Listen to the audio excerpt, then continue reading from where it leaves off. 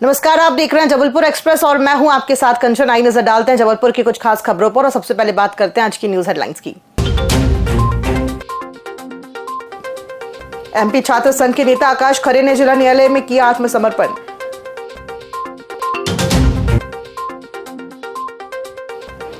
जन सुनवाई में शिकायत देकर पहुंचे 65 आवेदक।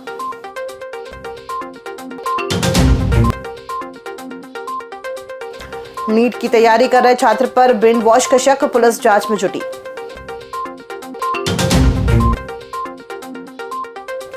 जमीन रजिस्ट्री में 54 लाख से ज्यादा की ठगी का आरोप, पीड़ित ने एसपी से की शिकायत।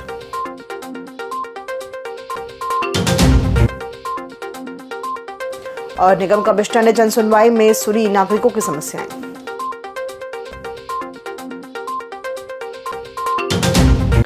आइए बढ़ते खबरों की ओर। जबलपुर में विगत 3 माह पहले पॉलिटेक्निक कॉलेज में एबीवीपी और एमपीएसयू छात्र संगठनों के बीच हुए झगड़े के मामले में जिला न्यायालय में आज एमपी छात्र संघ के जिला उपाध्यक्ष आकाश खरे ने आत्मसमर्पण किया। इस दौरान ओमती थाने में हत्या के प्रयास का मामला दर्ज किया गया था। अधिकारियों ने बताया कि आरोपी ने न्यायालय में पेश होकर जांच में सहयोग देने की प्रतिबद्धता जताई। पुलिस और प्रशासन ने कहा है कि मामले की पूरी जांच जारी है और सभी पक्षों के बयान लिए जा रहे हैं ताकि दोषियों के खिलाफ कड़ी कार्रवाई सुनिश्चित की जा सके।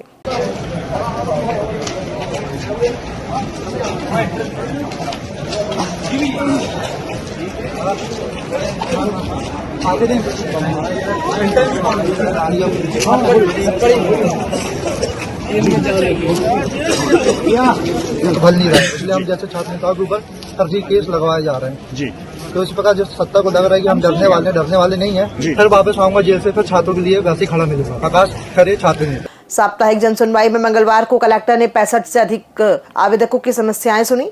जिले के विभिन्न ग्रामीण व शहरी क्षेत्रों से आए लोगों ने भूमि सीमांकन, राजस्व अभिलेख दुरुस्ती, नामांतरण, आवास पट्टा, पीएम आवास व किसान सम्मान निधि, जन्म मृत्यु प्रमाण पत्र सहित अन्य विषयों से संबंधित आवेदन प्रस्तुत किए।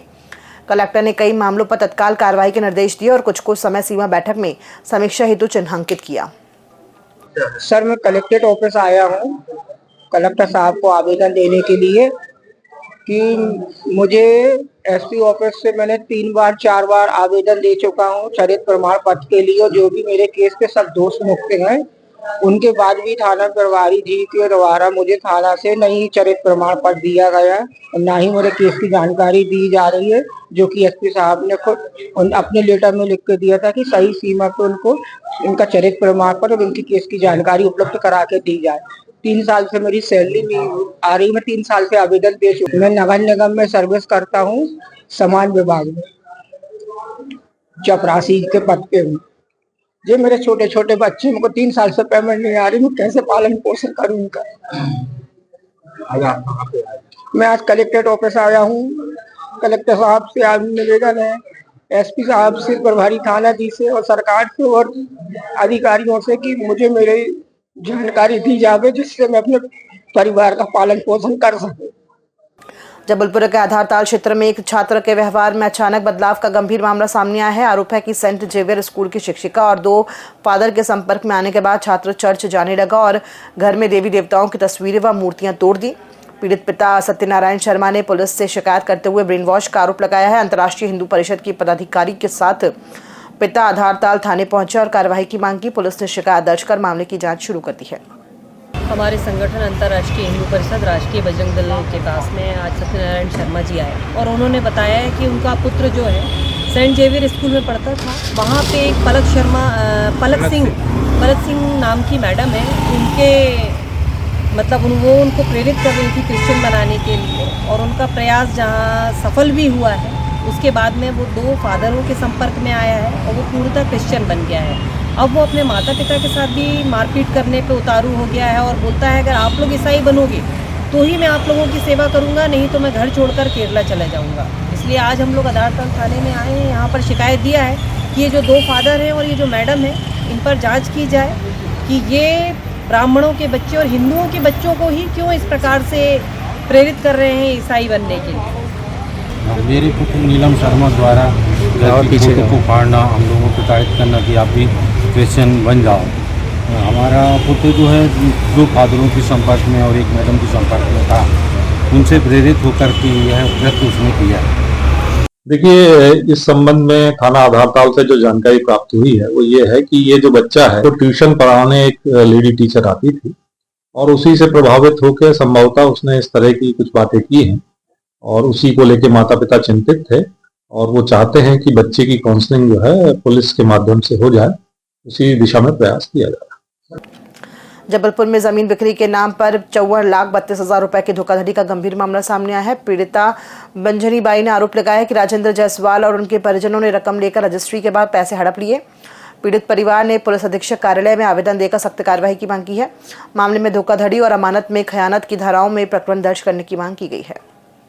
हम लोग तेवर पेपरिया से आए हैं। हम लोग की जमीन परसबारा जंतरा परसबारा में थाना बरेला लगता है गौर चौकी और राजेंद्र जायसवाल को रजिस्ट्री करी है। इन लोगों ने अंगूठा छापन पड़दाबार लोगों ने और वो चेक के द्वारा रजिस्ट्री करवा ली। चेक मेंशन है रजिस्ट्री में और पैसे के लिए मना कर रहा है। जाते हैं उसके घर में तो जान से मारने की धमकी देता है। कब्जा भी करा लिया उसने जमीन में और खाली कराने के लिए खेत गया था तो गुंडे लेके गया था अपने कलारी के।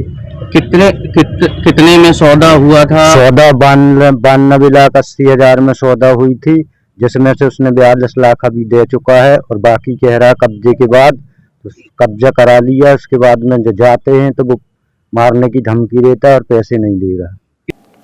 जबलपुर नगर निगम कार्यालय में कमिश्नर द्वारा जनसुनवाई का आयोजन किया गया। इस दौरान सफाई, पानी सप्लाई, सड़क, नाली और स्ट्रीट लाइट से जुड़ी कई शिकायतें सामने आई। कमिश्नर ने संबंधित अधिकारियों को समय सीमा में समस्याओं के समाधान के निर्देश दिए। जनसुनवाई में बड़ी संख्या में नागरिक अपनी समस्याएं लेकर पहुंचे। जनसुनवाई में आज लगभग नगर निगम मुख्यालय में लगभग 35-40 आवेदन अभी तक प्राप्त हुए हैं और सभी जो जोन कार्यालय है 16 जोन कार्यालय उसमें जनसुनवाई चल रही है और जनसुनवाई को हम लोग बहुत व्यवस्थित तरीके से कर रहे हैं ताकि जो लोग आ रहे हैं अपनी समस्याएं लेकर के और उनकी समस्याओं का निराकरण हम कोशिश करते हैं कि उसी दिन हो। अदरवाइज उनको एक टाइम देते हैं, जैसे कोई अतिक्रमण है या उनके कोई भवन से संबंधित समस्या है, अन्य कोई समस्या है तो उसमें एक वक्त भी लगता है तो टाइम भी उनको असाइन कर रहे हैं कि कोई 2 दिन में टीम चली जाएगी, 3 दिन में टीम चली जाएगी। उद्देश्य यही है, जो शासन की मंशा है कि जनता की समस्याओं को सुना जाए और उनका निराकरण किया जाए।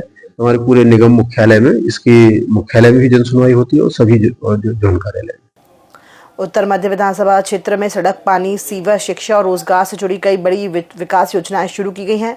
52 करोड़ की सड़क नाली, 70 लाख की पानी टंकी, 234 करोड़ का रोपवे और 181 करोड़ का संजीवनी नगर फ्लाईओवर निर्माणाधीन है।